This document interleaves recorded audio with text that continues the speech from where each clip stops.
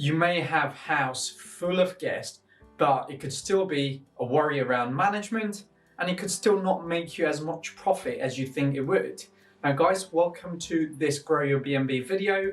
In this video, I'm going to share you about how smaller bookings can be more bigger headache. Now, don't get me wrong, depending on where your properties are, it can sometimes be the best thing with the lower occupancy rate. But in this video, in a nutshell, if you're looking to start or you're already looking to invest in service accommodation or Airbnb business, I hope this video helps. Now, before we start this video, I do want to give you a quick background. So we've been getting amazing results for our clients in Grow Your B&B, especially, getting those longer term bookings, even growing their brand. We're working currently, and I think some of the biggest success I want to share this month, where in April 2021, we've now signed up a management company who's working with Grow Your B&B to build a massive brand in UK right now. So I'm really excited to work with them. And the second client we've just onboarded is from Australia, Sydney, where we're actually now gonna, really work with them, some beautiful properties that we're gonna build a brand with this client. So guys,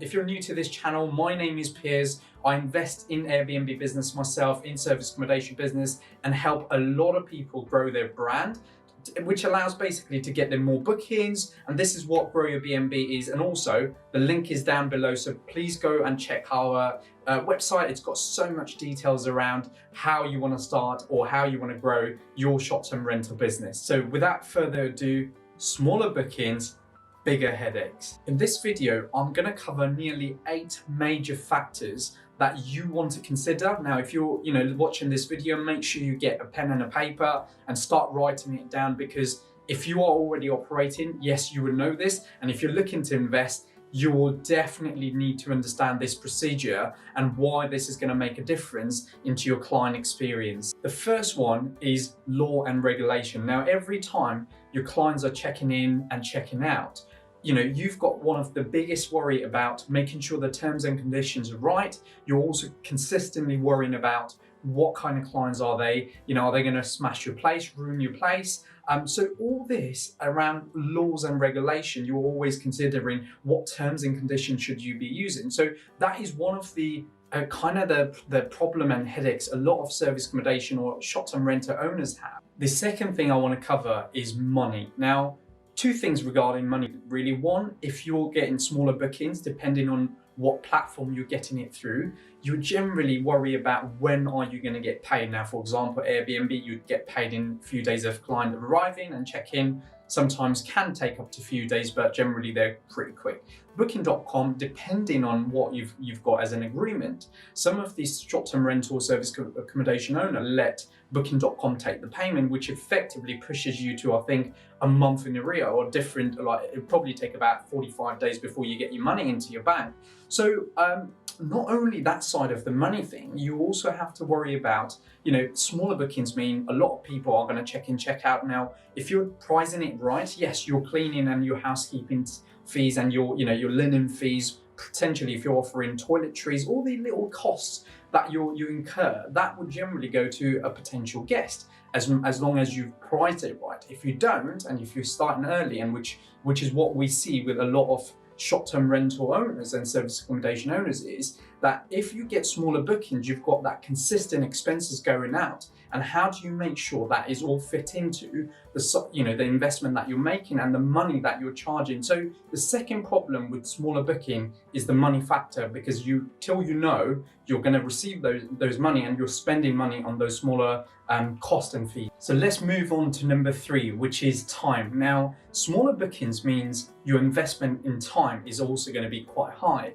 Not only you're trying to manage your housekeeping team, not only you're going to communicate with your guests, you also have to give client a great experience where they're checking in, making sure to. So if you just look at from a perspective that you're investing your time on those short-term bookings, if you're working around, you're the only person in the business right now because you've got smaller portfolio, you're definitely going to have this challenging, because your time investment feels quite a lot compared to the reward that you're going to achieve. So another thing that we talk about, bigger headaches on a smaller booking, is the time investment that you're going to make into your short-term rental business. So moving on to number 5 is staff management. Now, you've got different things in your short-term rental business or Airbnb business. But one of the things if you watch my previous video, is I call my cleaners a housekeeping team. I've always hired great housekeeping team for my businesses. Now, I've in a nutshell, that your cleaners, if you say them they're cleaners,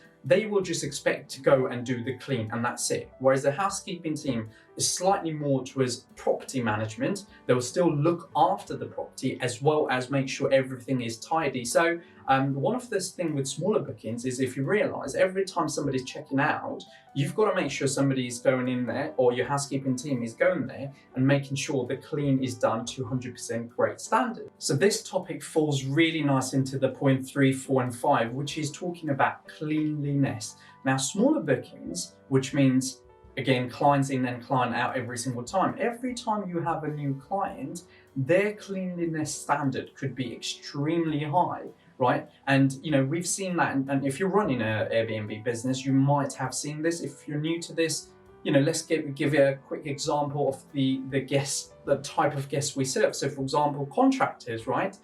They're amazing people. They come in, they love their cleanliness, but at the same time, they end up making more mess than a normal family who stays there because the nature of their work and stuff. So what that effectively does is your housekeeping team has to go in and put extra effort to make sure everything is to the point. Whereas if a family goes in, they might look after the property a lot more better than a contractor would. But at the same time, contractor can check in and there might be some little cleanliness missed. For example, one of my property, my housekeeping team completely forgot to open the oven and clean it. And you know what? They came in, they went, "Piers, it's not been cleaned, don't worry about it," and that was fine. Whereas I've had similar incident before for someone else, and a family guest went, "Piers, this is unacceptable. I'm paying for cleaning. Why have I got this?" So you've got to be really understanding about smaller bookings, meaning cleanliness needs to be 100%. With that all being said, now the 7th point, as much as I love the business and this is what it's all about, I've always felt that the smaller bookings has taken a lot of time on my check-in and check-out. Although you can systemize it fully, your system can send an automated email, it does everything for you. I've always believed that, my clients who's paid me for whatever, smaller bookings or longer bookings, I try and make it as personal as I can so that when they're checking in, they've got everything they need. Sometimes, again, different guests, different habits. Some of them like to be served in that way. Now, I don't physically go and check in, but always give them a phone call. And that is another reason why smaller bookings, depending on the system that you've created on your business, although the automation email would go in, I still want to get that personal touch to my guest, purely because the end of reviews, they know that they trust me, they like me, they love the place, and I'm bound to get great reviews. However, smaller bookings can constantly have that check-in and check-out, whereas in a long-term booking, you've got one guest staying there for a whole month, you don't have to worry about that whole 4 weeks and still get rewarded quite nicely and highly depending on the market rate you've charged. Now, this is my final point, which is the constant pain and pressure. Now, I've personally worked with a lot of service accommodation or short-term renter owners in the UK right now. And one of the things I've commonly seen into smaller portfolio people is they have the constant worry and the pain about client checking in, client checking out, 3 o'clock calls where clients are just checked in and they don't know what's happening. And what I felt in that was, putting all this 8 points together, effectively, you've got to make sure it's not only rewarding because you've served them as a nightly rate or you've achieved a great nightly rate, but it also needs to be as much as passive, because that's what the business is all about. As long as you've created great systems, great operationals, and that is, as long as you put that all together into much more of a longer term bookings, I feel that there'll be a lot less headache. Now, don't get me wrong, I'll do a separate video on there are some things that you've got to consider when you serve long-term guests and their requirements. But again, going back into today's topic, which is smaller bookings, bigger headaches, you can see how every little thing that matches together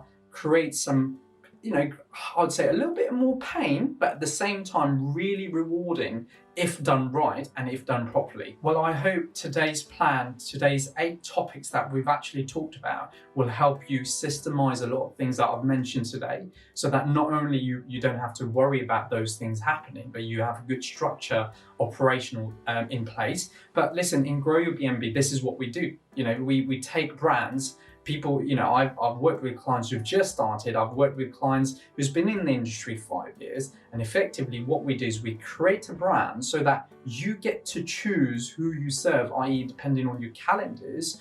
If you're willing to achieve higher profits serving a longer term guest, you definitely need to create a brand. And this is what Grow Your BNB does. If you come to my channel, actually go and watch some of my client interview I've worked with, they will exactly tell you what a brand builder is and how we've been able to get them so much longer term bookings, i.e. less a headache, one client check-in, they could stay with you for a whole month, could be 2 months, and still get highly rewarded as a part of your profit pricing. So guys, I hope you enjoyed this video. If you're looking to achieve more for your short-term rental business, please make sure you go and visit Grow Your BNB. Thank you so much for watching this video. I've got so much other client interviews, so many other videos that's going to help you increase your short-term rental business, grow your short-term rental business, and the bookings that you deserve for your properties. Please make sure you go out and check in my channel.